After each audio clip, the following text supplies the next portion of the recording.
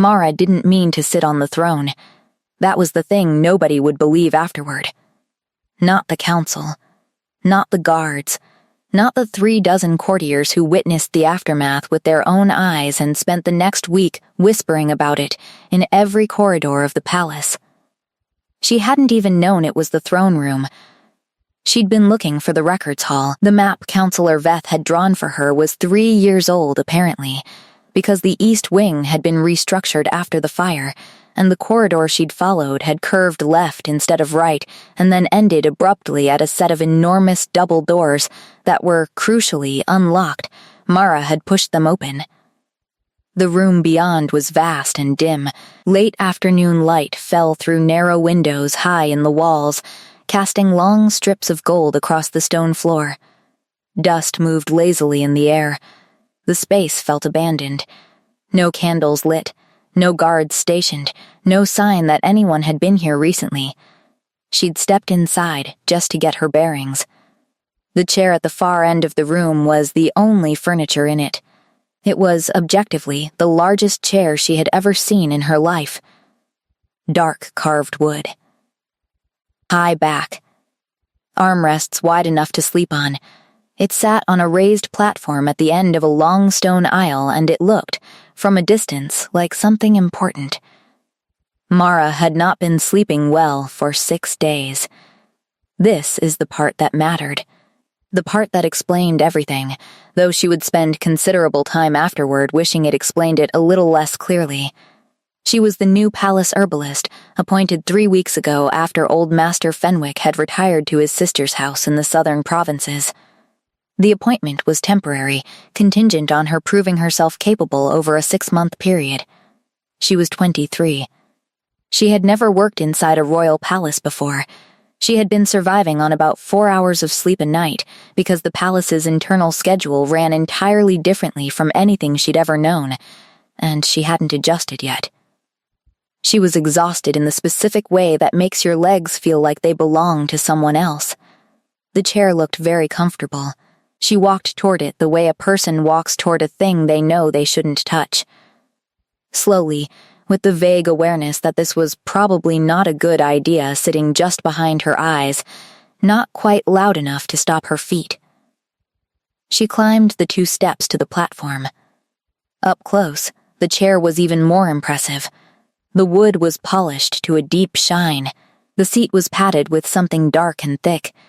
The back rose almost a full foot above her head when she sat down. She sat down. Just for a moment, she told herself.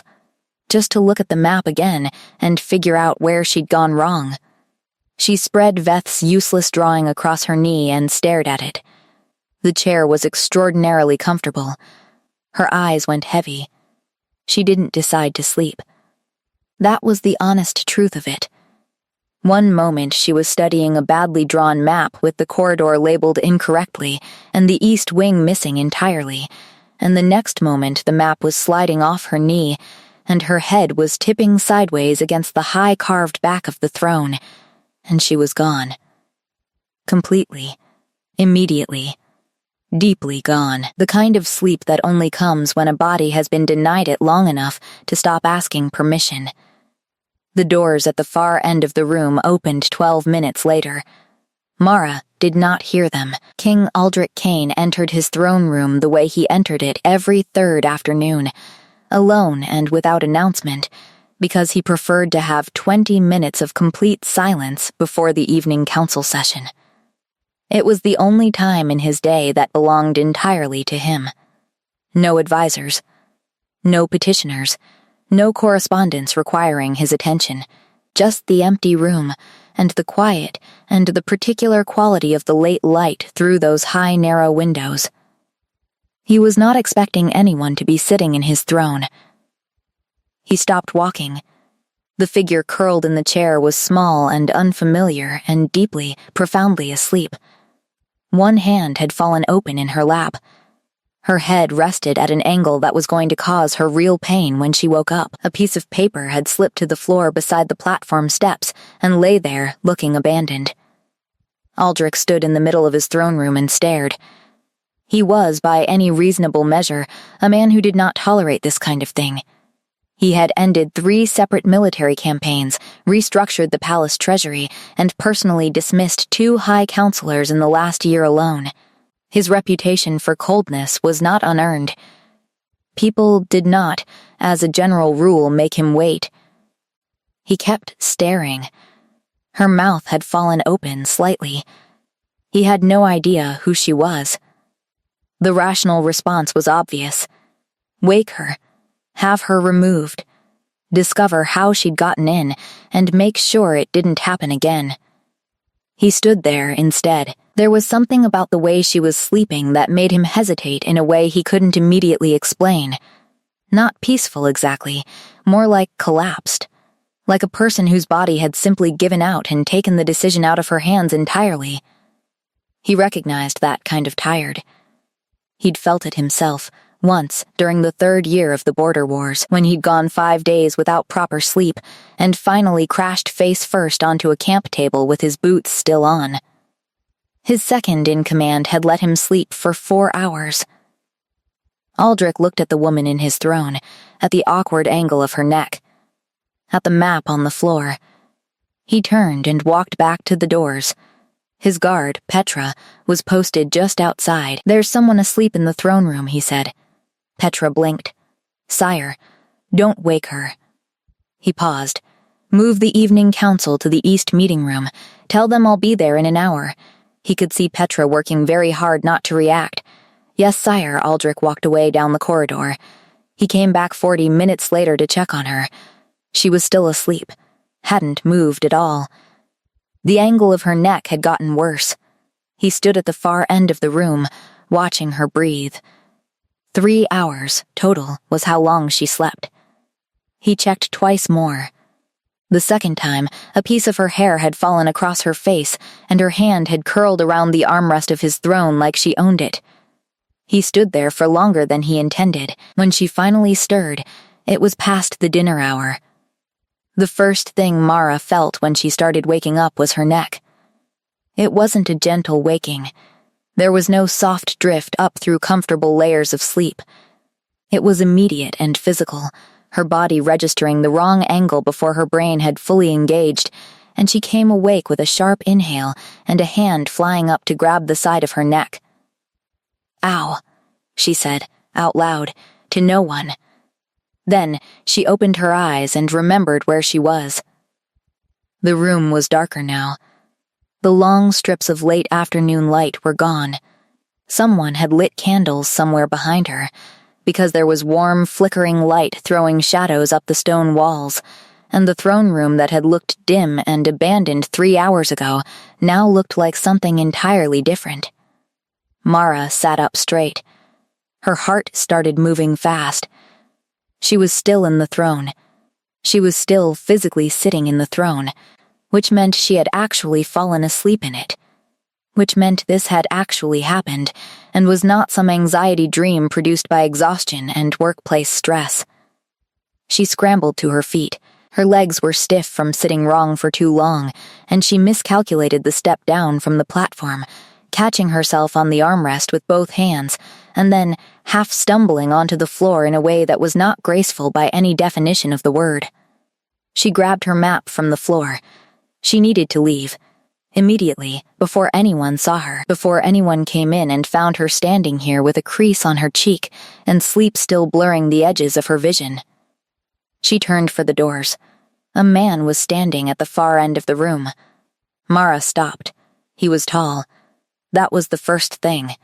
Broad through the shoulders, with the kind of stillness that didn't feel like patience, felt more like something held deliberately in check.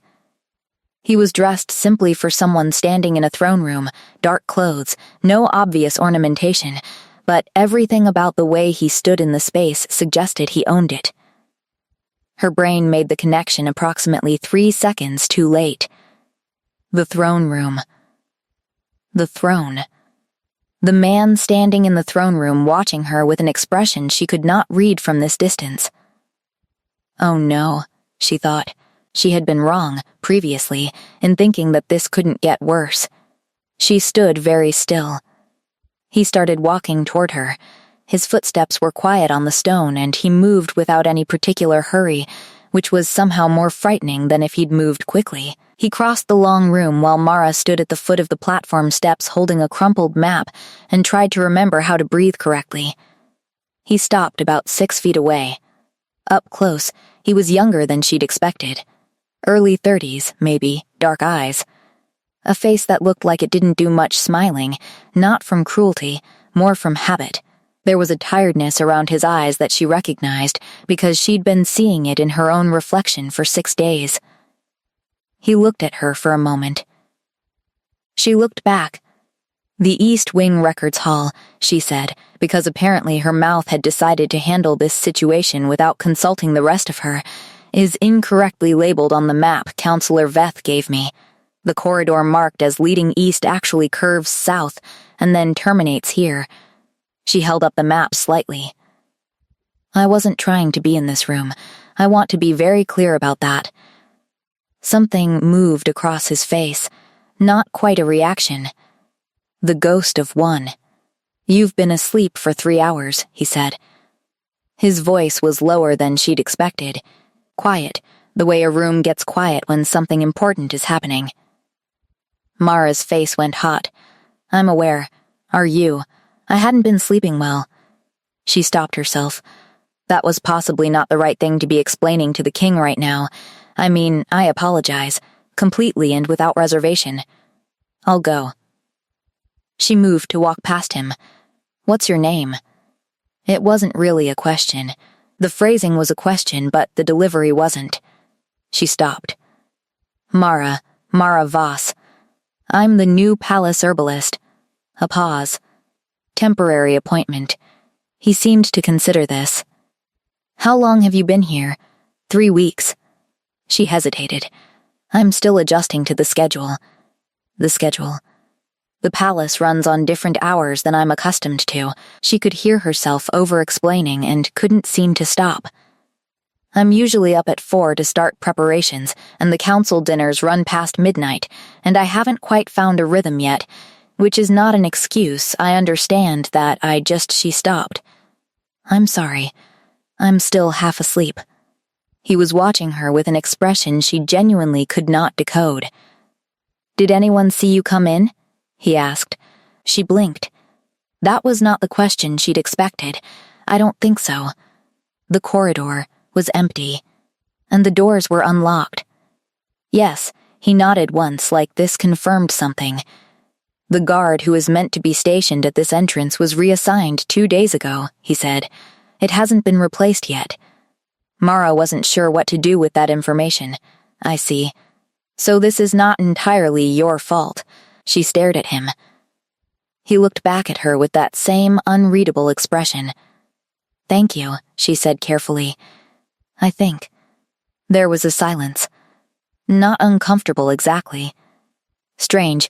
She became aware suddenly that he'd had 3 hours in which to have her removed or arrested or at minimum woken up and escorted out, and he hadn't done any of those things, and she had no idea what to do with that either. "Your neck," he said. She touched it automatically. "The crick from the angle was going to be brutal tomorrow. It'll be fine. There's a healer on the 3rd floor." "I am the healer," Mara said. Something changed in his face then. Just slightly. The corner of his mouth. Not quite a smile, but almost. She noticed it the way you notice a door opening in a room you thought was sealed. "Go eat something," he said. "The kitchens are still open." He walked past her toward the throne. She stood there for a moment, crumpled map in hand, not entirely sure what had just happened. Then she left. The palace kitchens were, in fact, still open. Mara sat at the far end of the long preparation table with a bowl of something warm that the night cook had handed her without asking what she wanted. And she stared at the wall and thought about the last 20 minutes of her life. She had fallen asleep on the throne. The king had let her sleep for 3 hours. Then he had told her to go eat something, in the same tone a person uses when reminding someone of a completely ordinary task, and walked back to his throne like none of it required explanation. She was extremely confused. She was also, she realized, genuinely hungry. She hadn't eaten since a quick breakfast at 6 that morning. The bowl in front of her turned out to be a thick grain soup with something green stirred through it, and it was possibly the best thing she'd tasted in weeks. She ate all of it. The night cook, a wide woman named Delia who moved through the kitchen with the confidence of someone who knew the exact location of every pot, refilled the bowl without being asked. "You look like you've had a time," Delia said, in the specific way that meant she wasn't really asking.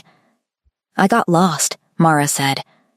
"Found the wrong room." Delia made a sound that communicated both sympathy and complete disinterest in the details.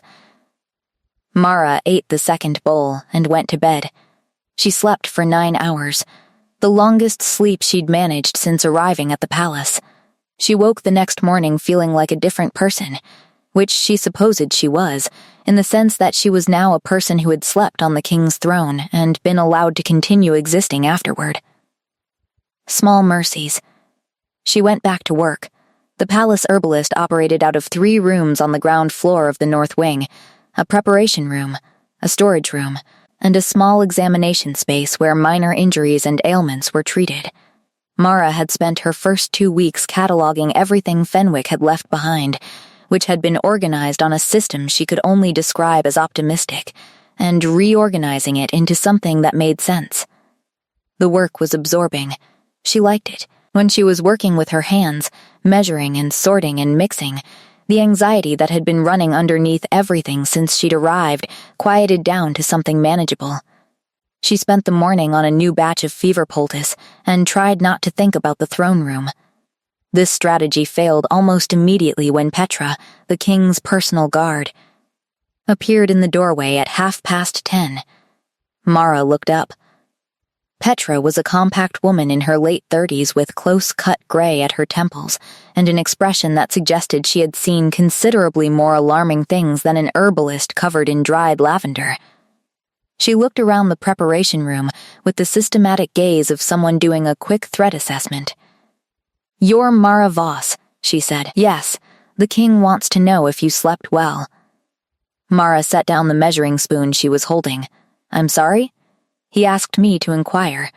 Petra's face was entirely neutral. Whether you'd slept well. The room was very quiet for a moment. "Yes," Mara said. "Thank you. I slept well." Petra nodded once. "He'll want to know about the neck. The neck is fine. I'll tell him." She turned to go. "Wait," Mara stopped herself. Petra paused. "Why does he want to know?" Petra looked at her with an expression that was not quite patience and not quite its opposite. "Because he asked," she said. "That's generally why I relay information." She left. Mara stood in the preparation room for a long moment, measuring spoon still in her hand. She went back to the fever poultice. The day passed without incident. The following morning, Petra appeared again. Same time, same expression. "He's asking if you've found the records hall." Mara blinked. "Not yet. He'll have someone draw you a correct map. That's I can manage." "The palace is not intuitive," Petra said, in the tone of someone who had watched too many people learn this the hard way. "He'll have someone draw you a map." She left again. The correct map arrived an hour later, delivered by a young clerk who handed it over with the faint air of someone who had been given this task without explanation and had chosen not to ask for one. Mara unfolded it. It was meticulously drawn. Every corridor labeled. The East Wing restructuring fully accounted for. Someone had marked the records hall with a small, clear square and drawn a dotted line showing the most direct route from the herbalist's rooms. At the bottom of the map, in handwriting that was neat and slightly compressed, were the words, "The door at the end of the south corridor on the 2nd floor does not close properly. Use the stairs at the east end instead." That was all. No signature. Mara folded the map and put it in her apron pocket. She used it that afternoon to finally find the records hall and retrieve the inventory documents she'd been looking for 3 days. On the way back, out of curiosity, she took the south corridor on the 2nd floor and tested the door at the far end. It didn't close properly. It stuck about 2 inches from the frame and required a firm shoulder to move. She stood there for a moment, hand on the door. He'd noticed a broken door in his own palace. She filed that away without quite knowing why. That evening, Petra appeared in the doorway of the preparation room at a different time than before, later, closer to the dinner hour. Mara was cleaning up the day's work. She looked up. The evening council runs long on Thursdays, Petra said. If you're still adjusting to the schedule, the kitchens keep something warm until the second bell. Mara looked at her. Did he ask you to tell me that? Petra's expression did not change. Thank you, Mara said. Petra left. Mara finished cleaning the preparation room and went to the kitchens at the second bell and ate a proper dinner for the first time in weeks. Delia handed her a bowl of the same grain soup without being asked. You look better, Delia said. I slept, Mara said. Good, Delia went back to her work. Sleep fixes most things. Mara ate and looked at the far wall and thought about a king who noticed broken doors and had not woken her for 3 hours and was, for reasons she could not entirely explain, apparently paying attention. It was a strange thing to sit with. She sat with it anyway. She didn't see him for 11 days after that. She saw evidence of him constantly. The corrected map, Petra's morning visits, which continued with a regularity that started to feel almost like conversation, though Petra herself would probably reject that description. A small delivery of dried valerian root that appeared in the storage room one afternoon with no note, though she'd mentioned in passing to a passing clerk that she was running low. But she didn't see him. The palace was large enough that this wasn't surprising. He had a kingdom. She had 3 rooms and an ever-lengthening list of minor ailments to treat. Their lives didn't intersect.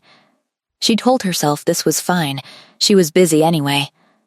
Word had gotten around that the new herbalist was competent and didn't ask too many personal questions, and the steady stream of guards and kitchen staff and lower-ranking clerks coming through her examination room had expanded considerably.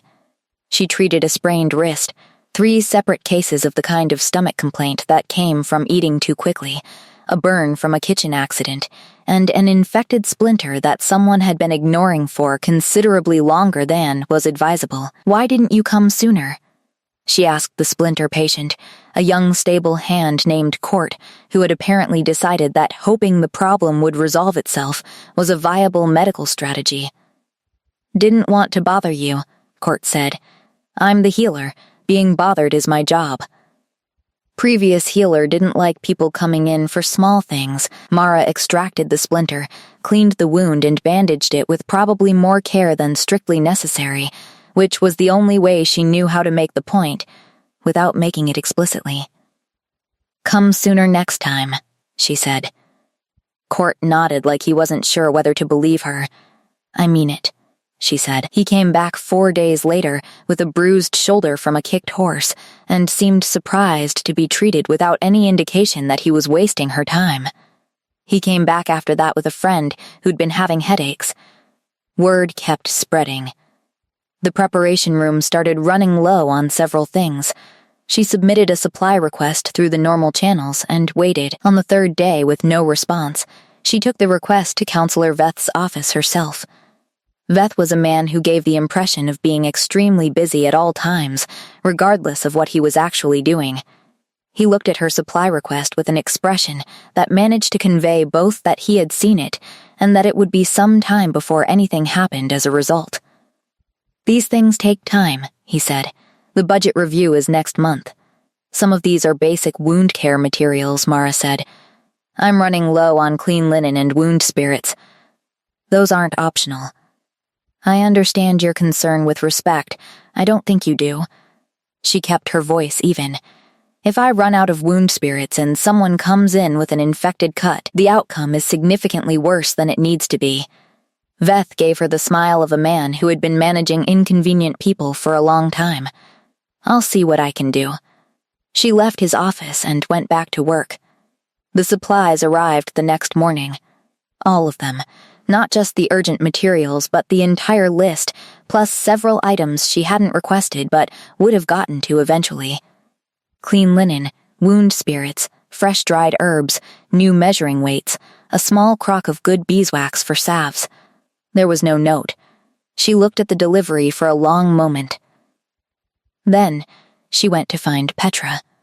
Petra was in the corridor outside the guard rotation room, going over a schedule with another guard. She looked up when Mara approached. Mara waited until the other guard had moved off. "The supply request," she said. Petra waited. "I submitted it 3 days ago. It wasn't moving. This morning it all arrived at once." Petra's expression was exactly as unreadable as always. "Did he do that?" A pause. Very small. "The king takes the well-being of palace staff seriously," Petra said. "That's not an answer. It's the answer I have." Mara looked at her for a moment. "Tell him thank you," she said. "If you have the opportunity." Petra nodded once. Mara went back to her preparation room and spent the morning restocking shelves and trying to work out what she thought about a man who expedited medical supply requests without leaving a name on the delivery. It was making her think about him more than she wanted to. She was good at keeping things professional. She'd trained under a notoriously unsentimental master herbalist for 4 years, and she understood the importance of not attaching to patients or employers or the environments she worked in, because everything in her life so far had been temporary. She'd moved 4 times in 6 years. She knew how to hold things lightly. This felt harder to hold lightly than usual, and she wasn't entirely sure why. She was measuring comfrey route when Petra appeared in the doorway again, later than usual. "There's a thing," Petra said, which was not her normal phrasing. Mara looked up. "The king has a standing habit of walking the south garden in the evening, after the council session, before he retires." Petra paused. "The garden path passes the window of your preparation room." The room was quiet. "The window that faces south," Mara said. "Yes," another pause. "How long has he had that habit?" Mara asked carefully. Petra looked at the wall just past Mara's shoulder. "Longer than 3 weeks," she said. "Recently he slows down when he passes the window." Mara set down the comfrey route. "I see," she said. "I thought you should know," Petra said. Then, as if this was a completely normal professional communication, "Good evening." She left. Mara stood in the preparation room for a while after that. Then she moved her work lamp slightly closer to the south window, where the light would be visible from the garden path. Not for any particular reason. She was there until well past the second bell. She started leaving the south window unshuttered in the evenings. She didn't examine this decision too carefully. It was practical, she told herself. The preparation room ran warm from the herbs and the lamp and the close walls, and the night air coming through the window helped. That was all. On the 3rd evening, she heard footsteps slow on the garden path. She kept working. The footsteps didn't move on immediately. They paused for a moment, the way footsteps pause when something catches your attention, and then continued at a more normal pace. Mara measured out a careful line of dried calendula and said nothing to anyone. This continued for several days. On the 7th day, she was working later than usual on a complicated salve preparation that required specific timing between steps, and she'd lost track of the hour, and she was so absorbed in getting the measurements right that when the voice came through the open window, she startled badly enough to knock a jar off the edge of the worktable. It shattered. "I'm sorry," said the voice. "I didn't mean to. Are you all right?" Mara looked at the broken jar on the floor, then at the window, then at the man standing on the garden path on the other side of it. "I'm fine," she said. It was empty. He was close enough that she could see his face in the lamplight. He looked, she thought, like someone who had not quite intended to stop, like the pause had happened before the decision to pause had fully formed. "You're working late," he said. "The timing on this salve is specific." She started collecting the larger pieces of the broken jar. "If I stop midway, the compounds don't bind properly." He watched her work for a moment. "What's it for?" he asked. "Joint pain. One of the older kitchen staff has been having difficulty with her hands." She set the broken pieces on the side table. "The commercial preparations are too harsh. This is a gentler formula. He was quiet. She looked up. He was watching her with that expression she still hadn't entirely decoded. Attentive, without being intrusive. Like someone listening to something that was just at the edge of their hearing. "You stayed 3 hours past the normal supply in your preparation room last week," he said. She blinked. "I restocked everything. I know. I saw the inventory." A pause. "You're treating a significant portion of the household staff. Word got around that I don't make people feel like a burden for coming in." She said it plainly, not as a complaint. Just a fact. Something shifted in his face. Not much. He was very controlled about what he showed. Fenwick was not particularly accessible, he said.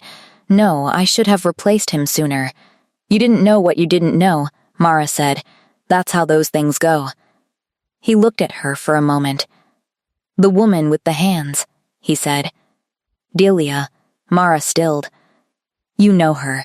She's been in the kitchens for 22 years.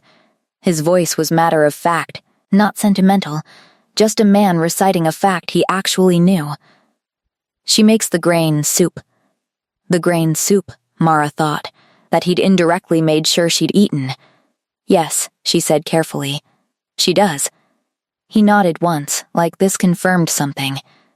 "The door on the second-floor south corridor," Mara said. "You knew about it. I walk the palace regularly." "How regularly?" "Often enough." She looked at him through the window. "And the south garden path?" The corner of his mouth moved. Just slightly. "Often enough." The air between them had a quality to it that Mara couldn't quite name. Not tension exactly. Something else. Like the moment before a weather change when the air shifts and the birds go quiet and the whole world seems to slow down fractionally. "You didn't wake me," she said. She hadn't planned to say it. It had been sitting somewhere at the back of her mind for nearly 2 weeks, and it came out now in the quiet, in the lamplight, without her entirely meaning it to. He didn't pretend not to know what she meant. "You needed to sleep," he said. "I was on your throne. I know where you were. Most people would have, I know what most people would have done." She looked at him for a long moment. "Why didn't you?" she asked. He was quiet. He looked at the garden path for a moment, then back at her, and the expression on his face was the closest thing to unguarded she'd seen on him yet. "You looked like someone who had run out of options," he said. I recognized it. Mara's chest did something complicated. She had grown up with a good instinct for when people were telling the truth. It came from years of patient observation, the kind you develop when you're paying close attention to things you're not supposed to be paying attention to. She'd relied on it throughout her training, and it had rarely misled her. He was telling the truth. "You were tired, too," she said. It wasn't a question. He looked at her. "I'm always tired." She nodded slowly. The lamp flickered slightly in a draft from somewhere, casting a brief warm movement of light across his face. "The valerian root in my storage room," she said. "Was that you?" A pause. "You mentioned it to a clerk," he said. "You were nearby." "I happened to be walking that corridor." "Often enough," Mara said. He was quiet. Then, in a voice that was lower and less controlled than anything she'd heard from him yet, "I was checking on you." The garden path was very still. "Okay," Mara said softly. He looked at her for a moment longer. "Good night, Mara Voss," he said. "Good night," she said. He walked on down the garden path. She watched him until the darkness took him, then turned back to her solve preparation, which she'd completely forgotten about for the last 10 minutes. The compounds had separated. She'd have to start the final stage over. She stood at the work table and didn't mind at all. After that, he stopped pretending he was just passing through. He came to the window most evenings, not every one, enough that she started to notice when he didn't, the way you notice when a sound you've gotten used to stops. He'd pause on the garden path, and she'd look up, and sometimes they'd talk for 10 minutes, and sometimes for an hour, and sometimes barely at all, just existing in the same quiet for a little while before he moved on. She learned things about him in pieces. He noticed small things, not in the way of someone who was watching for problems, more in the way of someone who had never quite been able to turn that part of his attention off. He knew which stable hand had been favoring a leg this week, the name of the clerk who'd been handling his correspondence for 7 years, which flagstones in the east courtyard had become uneven and needed to be addressed before winter. He never announced these observations. They came out sideways, embedded in other things he was saying. She started doing the same, telling him things sideways. "Court's shoulder is healing well," she said one evening, without context. He nodded. "He mentioned you make him feel like it's worth coming in." "I try." Fenwick was particular about his time. "I know. It meant things went untreated that shouldn't have." She looked at him. He was looking at the garden. "It won't happen on my watch," she said. He turned and looked at her then, and there was something in his face that she'd started to recognize, the expression of a man who was used to problems and had not quite adjusted to the absence of one. She understood that kind of wariness. Her 3rd week of training, her master had told her that she was good at the work because she treated the person, not just the injury. She'd held that observation close for years. It was the truest thing anyone had said about her, she thought, and also the thing that made the work cost her something. "You take on too much," he said one evening. Not unkindly. She looked up. "Meaning, you were here until the 3rd bell last night. Delia mentioned it. Delia talks to you?" "She talks to everyone." A pause. "She's fond of you. I'm fond of her." She set down the jar she'd been measuring from. "And I wasn't taking on too much. There was a lot to do. There's always a lot to do." She looked at him for a moment. "That sounds like the voice of experience," she said. Something flickered across his face. "I've been told I have a tendency to keep going until I stop," he said. "And how does that work out for you?" Poorly, he said it without self-pity. Just an observation. Mara studied him. In the lamplight, he looked less like a king than he did in the daytime, less like a title, more like a person who had been carrying weight for a long time and had gotten so accustomed to the feel of it that he'd stopped noticing it was heavy. She recognized that, too. "What do you do?" she asked, "when you stop?" He was quiet for a moment. "I walk," he said. "The palace. The garden. And that helps." "Sometimes," she nodded. She went back to her work, and they were quiet for a while, and it was the specific kind of quiet that had started to feel like its own kind of conversation. "May I ask you something?" he said. "Yes, why are you still here?" A pause. "In the palace. The appointment is temporary. You could have left after the 1st month and no one would have questioned it." She considered the question properly. "The work is good," she said. "The people are worth treating." Another pause. "And I've been moving around for 6 years and I'm tired of it. Tired of moving. Tired of starting over." She looked up. "I'm good at it. I've had a lot of practice. But I'm tired of being good at it." He looked at her steadily. "I want to stay somewhere long enough that people know my name without being introduced," she said. It came out smaller than she'd intended, more honest. "Long enough that when I fix a thing, I'm still there to see it stay fixed." He was quiet for a moment. "Delia knows your name," he said. "Delia knows everyone. Petra asked me this morning whether we were doing anything about the herbalist's chairs." He said it very carefully. "She said the chairs in the examination room are uncomfortable and it's affecting how long patients will wait." Mara blinked. "I didn't say anything about the chairs. Petra notices things." She said we. He looked at the garden path. "I'll have better chairs sent down," he said. Tomorrow, she studied him for a long moment. "You're trying to make it harder for me to leave," she said. He didn't deny it. The lamp flickered. "I haven't decided to leave," she said. "I know, very quiet. I'd like to keep it that way." The garden was still. Somewhere in the distance a night bird called once and went quiet. "You never told me your name," she said. "Not his title. His name." He looked at her. "Aldrich," he said. She set it back quietly, testing the weight of it. He looked at her like no one had said it quite like that in a long time. She turned back to her work. He stayed at the window for another hour. Neither of them said much after that. It was the best hour she'd had in months. The chair situation became, unexpectedly, a thing. 2 new chairs arrived in the examination room the following morning. Good ones, solid wood with actual padding on the seats, the kind that said someone had thought about it rather than just grabbed the nearest available option. Court, who came by that afternoon for a follow-up on his shoulder, sat in one and looked mildly startled by the comfort of it. "These are nice," he said. "New delivery," Mara said. "The old ones were terrible." "I know. Did you ask for them?" She considered this. Someone noticed they needed replacing. Court nodded, satisfied with this explanation, and said nothing more about it.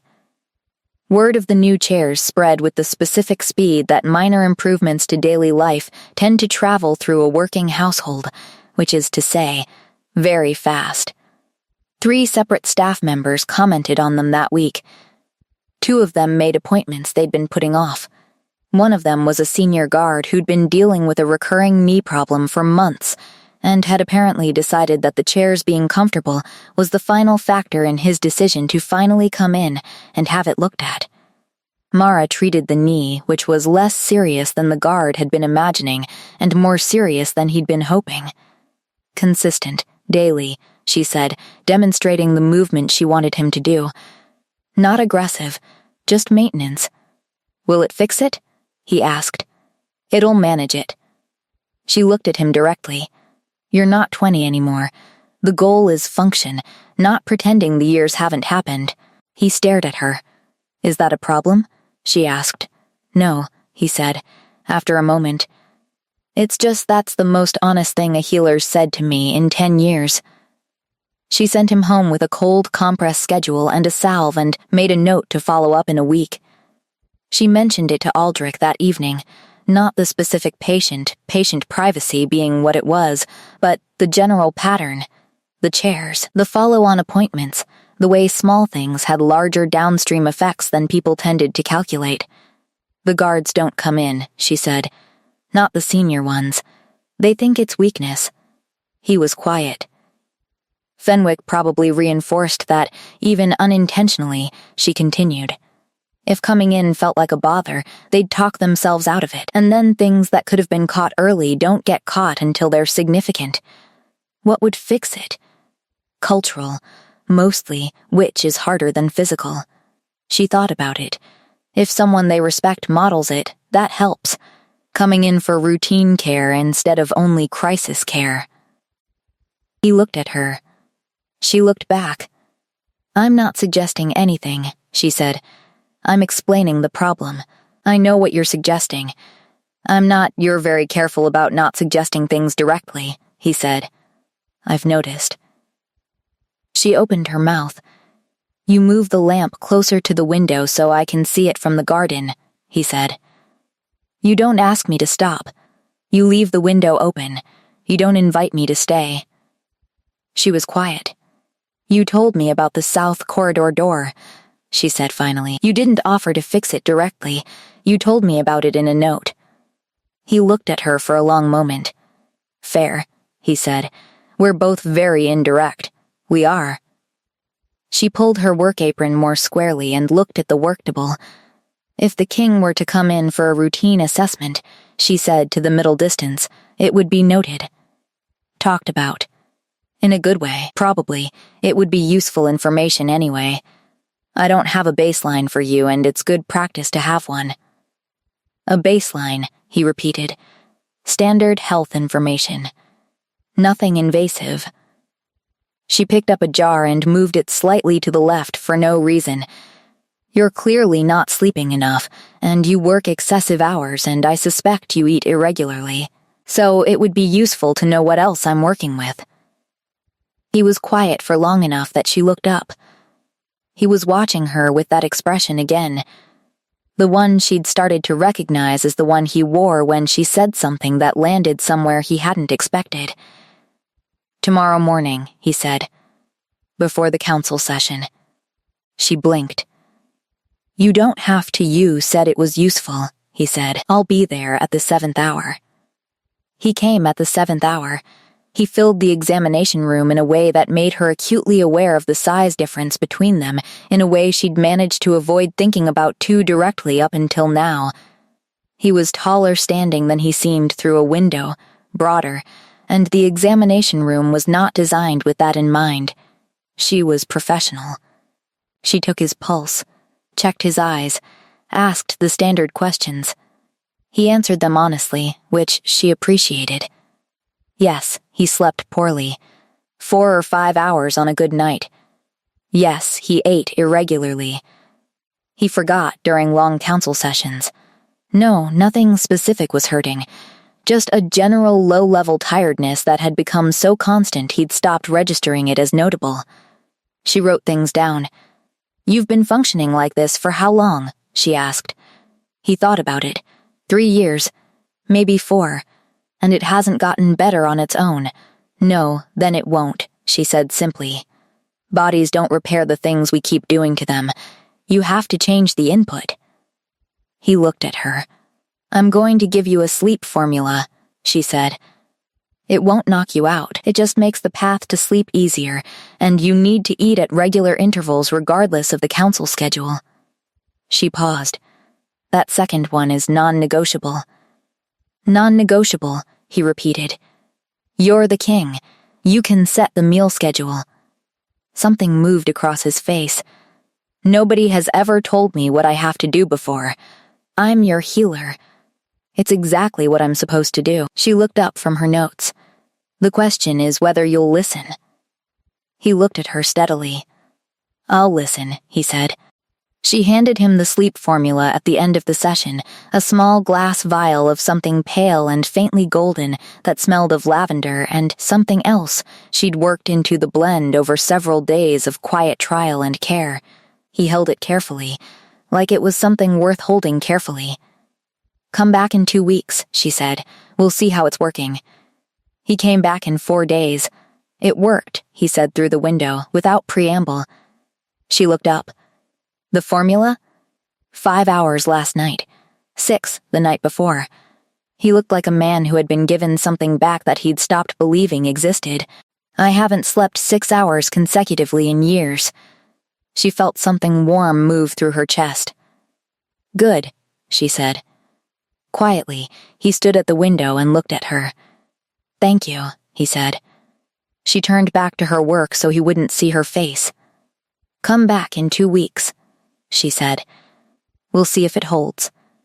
It held. 2 weeks later he came to the examination room at the 7th hour as scheduled, and sat in the good chair and answered her questions, and his color was better, and the specific tightness around his eyes had eased fractionally. Not gone, but less. She made a note of it and said it was a reasonable start. He asked what came next. She told him, consistency, the formula, the meals, the sleep hours, nothing dramatic, just the same things, kept up. You want me to keep doing the boring work, he said. Most healing is boring work, she said. That's why people don't do it. He absorbed this.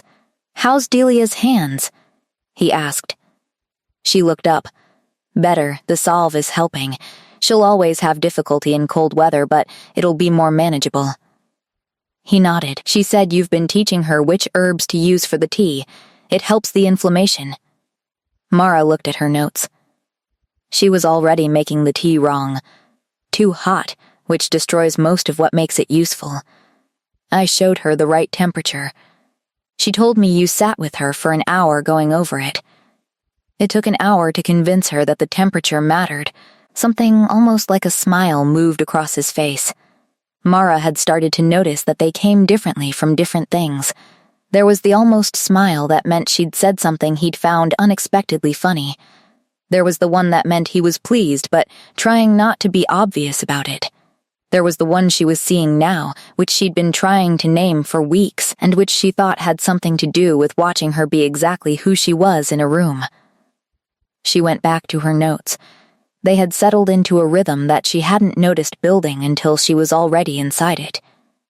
Morning check-ins sometimes, the window in the evenings, his appointments, now regular, which Petra scheduled with the same neutrality she applied to everything but which had started to show up on the weekly schedule under his name with a reliability that said something. Other people noticed.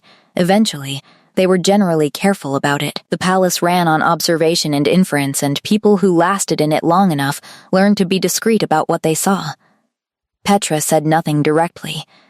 Dahlia, one evening, handed Mara an extra piece of bread and said, "He laughed this morning." In the council corridor. Someone heard it. Mara looked at her. "He doesn't do that much," Dahlia said. Mara took the bread and said nothing. Counselor Veth, on the other hand, was less discreet. He came to her preparation room one afternoon with a supply request he could easily have sent through a clerk, and spent 10 minutes finding reasons to linger, and finally said, with the tone of someone getting to the point, "The king seems well. He's sleeping better," Mara said, "and eating at regular intervals. That's good for all of us," Veth said. She looked at him. "A well-rested king makes better decisions," he said. "Blandly, it benefits the council. I'm sure it does. We're all very glad you're here," he said, and left. She thought about what he meant for most of the afternoon. That evening, Aldrich paused at the window longer than usual. "Veth came to see you," he said. "Did he tell you?" "No, he was subtle about it. He was smiling slightly when he came out of the north wing, which is unusual. You were watching. I was walking. A pause. In the corridor." She looked at him. He looked back. "He thinks there's something happening," she said carefully. "There is something happening," he said. She was quiet. "Mara, I know," she said. "Softly, do you? I've known for a while." She looked at the work table. "I've been trying to work out what to do about it. What have you concluded?" She turned around to face the window. He was standing in the garden, close to it in the lamplight, and she could see his face clearly. "I keep thinking about the temporary appointment," she said. 6 months. "I'd like to make it permanent," he said. She looked at him. "The appointment," he clarified. "Then, and other things if you're willing." She looked at him steadily. Her heart was doing something that was not exactly calm. "You should know," she said, "that I'm not good at temporary things. I don't manage the ending well." "I know." He held her gaze. "I'm not offering something temporary." She thought about the Valerian route. The map. The chairs, the broken door he'd noticed, and the dinner he'd made sure she ate, and the 3 hours he'd let her sleep on his throne because she looked like someone who'd run out of options. She thought about how long it had been since something felt like it might last. "I'd like to think about it," she said. "Take whatever time you need. You're being patient." "I've been patient for weeks," he said. "A little longer is manageable." She almost laughed. "Almost. Good night, Aldrich," she said. "Good night," he said. He walked away down the garden path. She stood at the window for a long time after he'd gone. The lamp burned low. She thought about staying somewhere long enough that people knew her name, long enough to see the things she fixed stay fixed. She thought about a man who walked the palace at night noticing broken doors. She thought, oh. She didn't give him an answer the next day. She needed to think. And she needed to think clearly, and she had learned enough about herself over the years to know that clear thinking required distance from the thing she was thinking about. So she went about her work with her usual focus, and did not go to the window that evening and did not think about the garden path. She thought about the garden path constantly. She treated a kitchen burn, and restocked the wound supply, and spent an hour updating her patient records and thought about it the entire time. The honest truth, the one she'd been sitting next to for several weeks without looking at directly, was that she had already decided. She'd decided the night she'd moved the lamp closer to the window, possibly earlier. Possibly she'd decided the moment she'd stood in the throne room in the soft candlelight and watched him look at her and not be angry. What she was doing now wasn't deciding. It was making sure there was a difference. She had learned it from her master herbalist. Before you commit to a treatment, you look at all the possible outcomes, including the worst ones. You don't flinch from them. You understand what you're choosing and you choose it with your eyes open. Worst outcome, it doesn't work. It ends. She has to leave and start over somewhere else. She sat with that for a while. Then she thought, she'd started over before. Many times. She knew how to do it. She thought about what she was gaining. She thought about the grain soup, the map, the chairs, the window.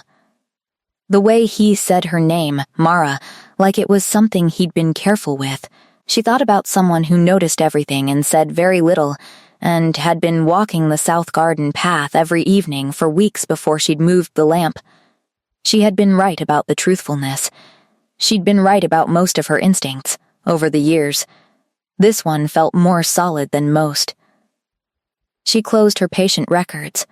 She went to find him. He was where Petra said he would be, working late in the map room, which was what she'd privately started calling the room full of maps and correspondence where Corbin had once told her he spent his evenings after council.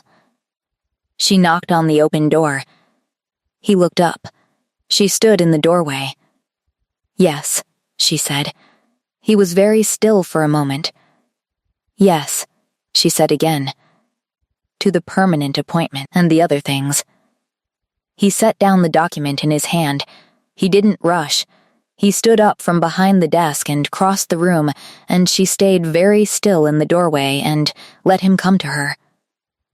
He stopped close enough that she had to look up slightly. "You're sure," he said. "Not a challenge. Just care. I've been thinking about it for 24 hours, and I haven't changed my mind, which is longer than most decisions I'm confident in." Something opened in his face. Not dramatically, just quietly, like a room when the curtains are pulled back. She saw the person inside the king in a way that made her chest ache a little. He raised one hand and touched her face. Just that. His thumb against her cheekbone, careful, like she was something he didn't want to startle.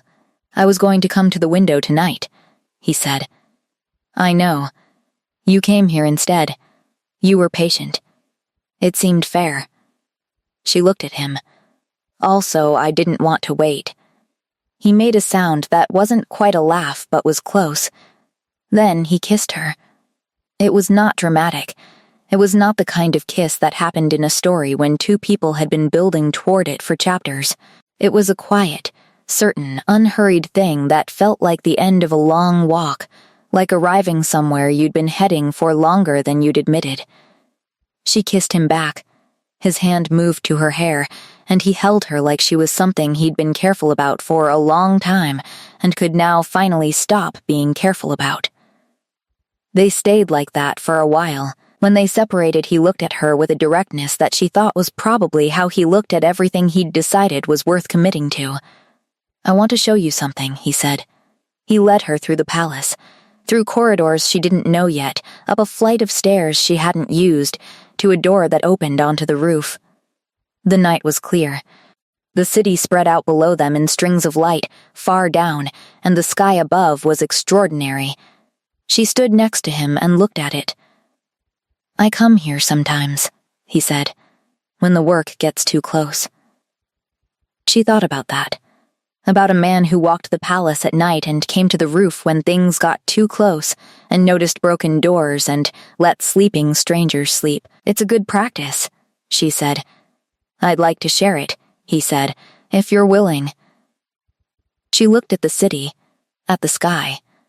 "Yes," she said. They stood there for a long time, not talking much, existing in the same place, and it felt, she thought, like the beginning of something that had been quietly building since the moment she'd walked through the wrong door into the wrong room and sat down in a chair she had no business sitting in and fallen profoundly, helplessly asleep. The night was warm, The stars were very clear. She stayed until the third bell. The palace changed after that. Or she changed in it. She wasn't entirely sure which, and maybe it didn't matter. She was still the herbalist. She still woke before dawn, still worked long hours, still spent her days with her hands in herbs and her attention on the people who came through her door. That part didn't shift. The work was the work, and she was good at it, and she was glad of it. But things were different in the ways that things change when you stop being a visitor somewhere and become a resident. She knew the corridors now, all of them. She knew the door that stuck, and the flagstones that needed replacement, and the guard rotation schedule well enough to plan around it. She knew Court's name, and Delia's tea, and Veth's tells, and Petra's particular brand of loyalty, which expressed itself not in warmth but in presence. People stopped seeing her as temporary. She noticed it first in the way people talked to her. The slight shift from "you are the new herbalist" to just Mara, or healer, or in Delia's case, girl, which Mara had privately decided was an endearment. She stopped being explained and started being known. It felt like exactly what she'd said she wanted. It felt strange to have it. She told him this one evening, on the roof, which had become a place they went when the work of the day needed somewhere to go. He listened without interrupting, which was a thing she'd come to rely on. "It's disorienting," she said, "wanting something, and then getting it." "I know," he said. She looked at him. "You've wanted things and gotten them, mostly political things," he said. "Treaties, agreements, situations I'd been working toward for years." He paused. They felt smaller than I expected when they happened, like the wanting had been bigger than the thing. "Is this like that?" she asked. He looked at her. "No," he said. "This is larger than I expected." She turned back to the city. She was quiet for a while. "I've been writing to my master herbalist," she said, updating her on the work. "Is she pleased?" "She says the patient records I've been keeping are thorough, which from her is high praise." Mara paused. "I told her about the sleep formula. She wants the exact blend. And I told her it was specific to the patient." She looked at him sideways. She asked if that was a professional assessment or a personal one. He looked at her. "I said both," she said. Something moved across his face. She'd catalogued enough of his expressions now to know this one well. It was the one that meant she'd said something that landed in a place he was glad about and was trying not to show too obviously. She let him not show it and went back to looking at the city. She was learning him. That was the thing she hadn't entirely anticipated about this. She'd expected to get to know him the way you got to know people, through conversation, through shared time, through accumulating information. And that was happening. But she was also learning him the other way. The healer's way. The way you learned someone when you'd been paying careful attention to the smallest physical signals for weeks. The slight tension in his shoulders that meant a long council session. The way he held himself differently after difficult news. The specific quality of his tiredness when it was physical versus when it was the other kind. She knew what he looked like when he was carrying something. She'd started to notice when he picked things up without meaning to. "The border situation," she said. He looked at her. "The dispatches this week. You've been different." He was quiet. "Not asking," she said, "just noticing." He was quiet for another moment. "It's not urgent," he said finally. "Manageable. A trade disagreement that has the potential to become something more complicated if it isn't handled carefully. Are you handling it?" "Carefully," he said. She nodded. He looked at her sideways.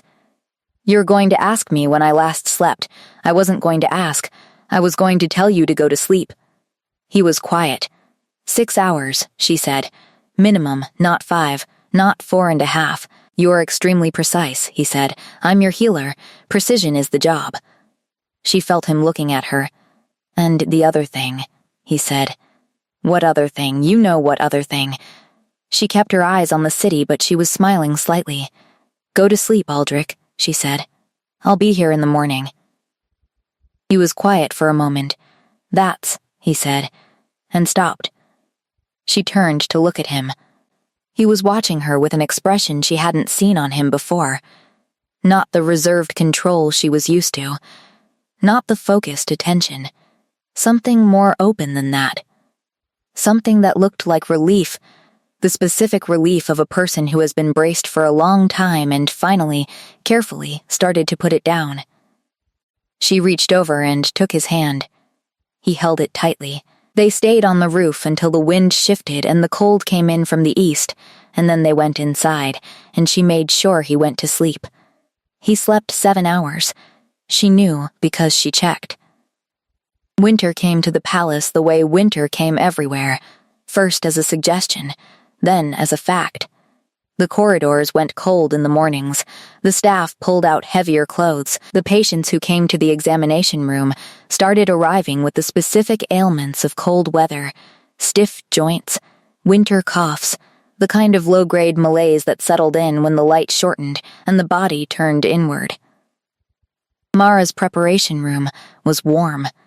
She kept it that way on purpose. People were more likely to come in and more likely to say what was actually wrong with them if they weren't also occupied with being cold. She was grinding dried elderflower on a gray Tuesday morning when Petra appeared in the doorway in a way that was immediately different from her normal appearances. Petra was always composed. That was a structural thing about her, not just a habitual one. She'd been the king's personal guard for 9 years, and she'd built her composure the way you built a wall, stone by stone. Deliberately, she was composed now. But something was slightly off about it. Mara set down the pestle. "Sit down," she said. Petra looked at the good chair. She looked at it for a moment longer than usual. Then, she sat. "What happened?" Mara said. "I'm fine. I didn't ask if you were fine. I asked what happened." Petra looked at her hands. "There was a situation," she said, "in the east courtyard. 2 mornings ago. A man with a concealed weapon. He was removed before anything occurred." A pause. Nothing happened. But it could have. Petra was quiet. "And you've been running the threat assessment in your head since then," Mara said. "Every possible way it could have gone differently."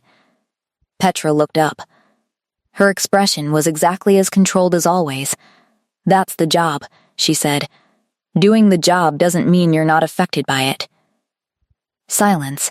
Mara went to the small cabinet where she kept the things that weren't technically medicines, but weren't not medicines either, and made 2 cups of something warm and set one in front of Petra. Petra looked at it. "You don't have to talk about it," Mara said. "You can just sit here for a while." Petra sat there for 40 minutes. She drank the tea. She didn't say much. She looked, gradually, like a person whose shoulders had come down from somewhere near their ears to a more sustainable position. Before she left, she said, "This stays between us." "Of course," Mara said. Petra nodded. She came back 2 days later, not in crisis, just to sit in the good chair for a while before her afternoon shift. Mara let her.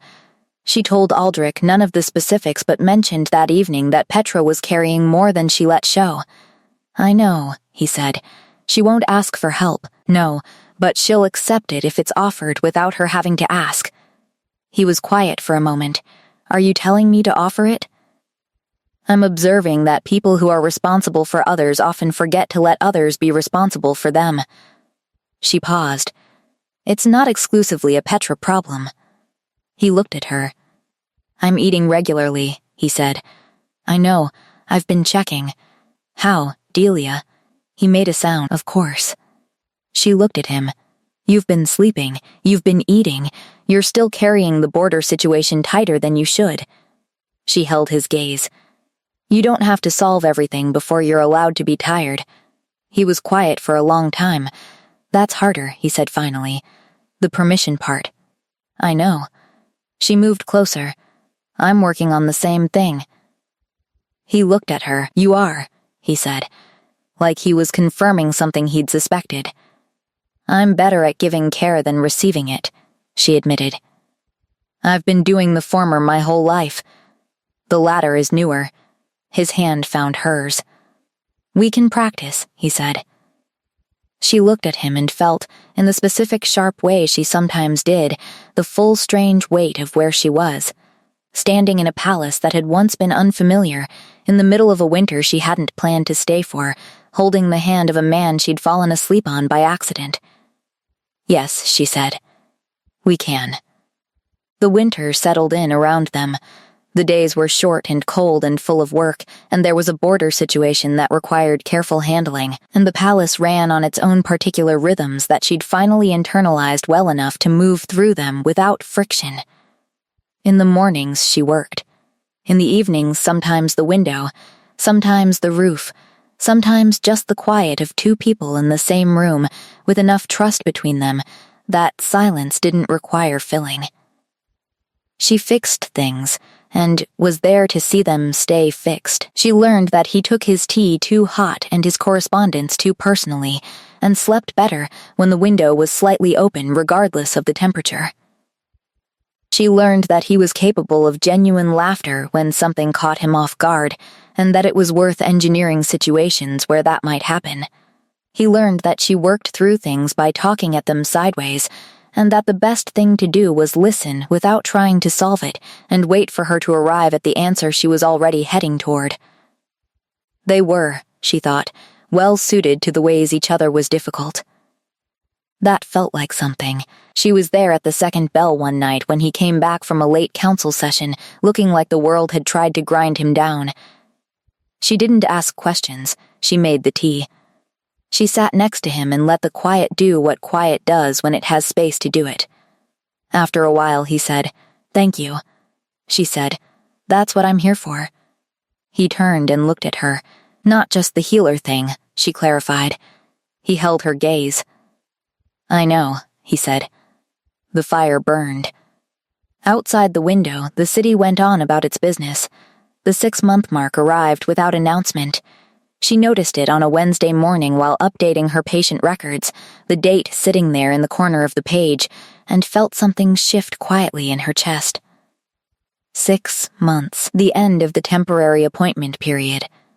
The threshold she'd been moving toward since the first day she'd walked into the wrong room and found the right one. She kept working. The appointment had been made permanent 2 months prior, formally recorded in the palace administrative documents, with the kind of quiet efficiency that suggested it had been arranged well before anyone got around to writing it down.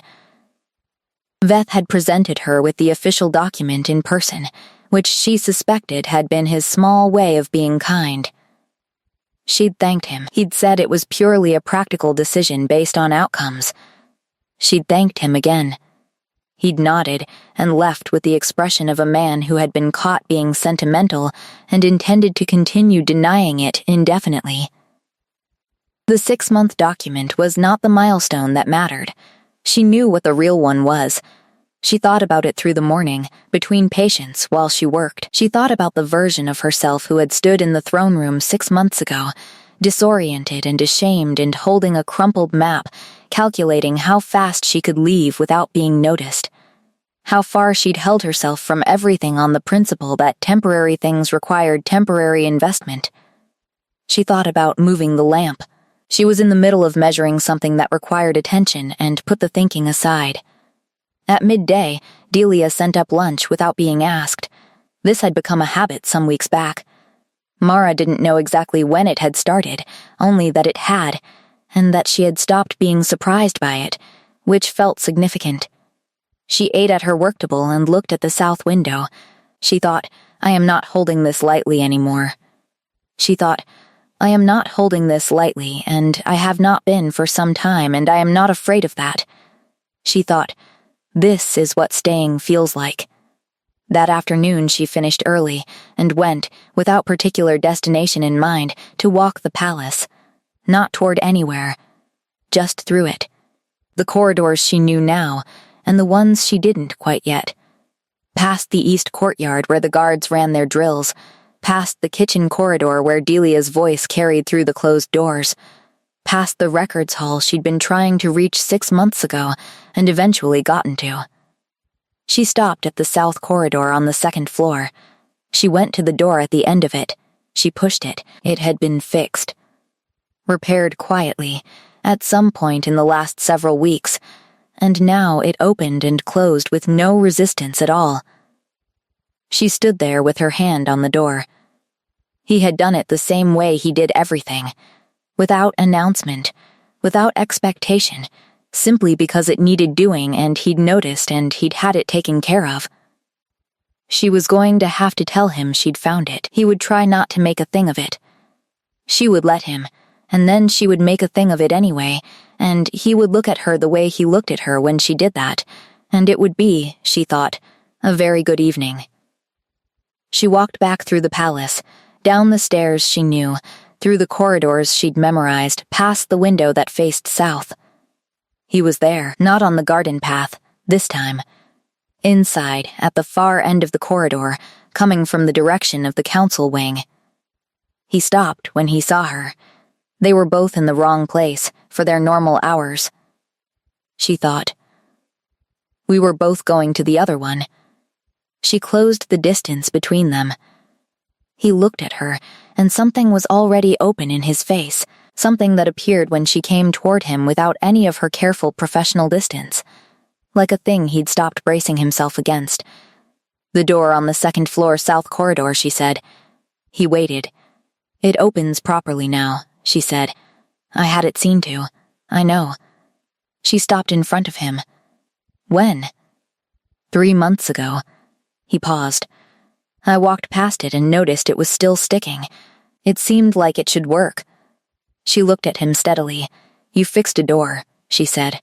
That you'd already told me about, in case I used it. It was a practical fix. It was thoughtful, she said. You can let it be thoughtful. He looked at her. She reached up and put her hand against his face, the way she had once before in a corridor that had felt like the beginning of something she couldn't yet see the shape of. She could see the shape of it now. It was this. It was all of this. The lamp and the window and the chairs and the broken door and the grain soup and the 3 hours on the throne he'd given her because she'd looked like someone who'd run out of options, and she had been, and he had seen it, and he had given her the room to recover. I'm staying, she said. I know, he said. I want to say it anyway. She held his gaze. I'm staying. Not because of the appointment, not because of the work, though I love the work. Because of this. She moved her thumb along his cheekbone. Because of you. He was very still. Then he covered her hand with his, the way he had the first time she'd done this, careful and certain, and exactly like himself. I'm glad you walked through the wrong door, he said. She laughed. Actually laughed, brief and genuine. Me too, she said. He pulled her close. She let him. The corridor was quiet around them, the palace going about its afternoon, and she stood in the middle of it with her face against his shoulder and felt, all through her, the specific settled warmth of a person who has found the place they are meant to be. Not because it was perfect. Because it was real. Because it was hers. She had wanted to stay somewhere long enough for things to last, long enough to see the things she fixed stay fixed, long enough for people to know her name. She was there. She was there, and she was staying, and the door on the second floor opened properly now. That was enough. That was more than enough. It was everything.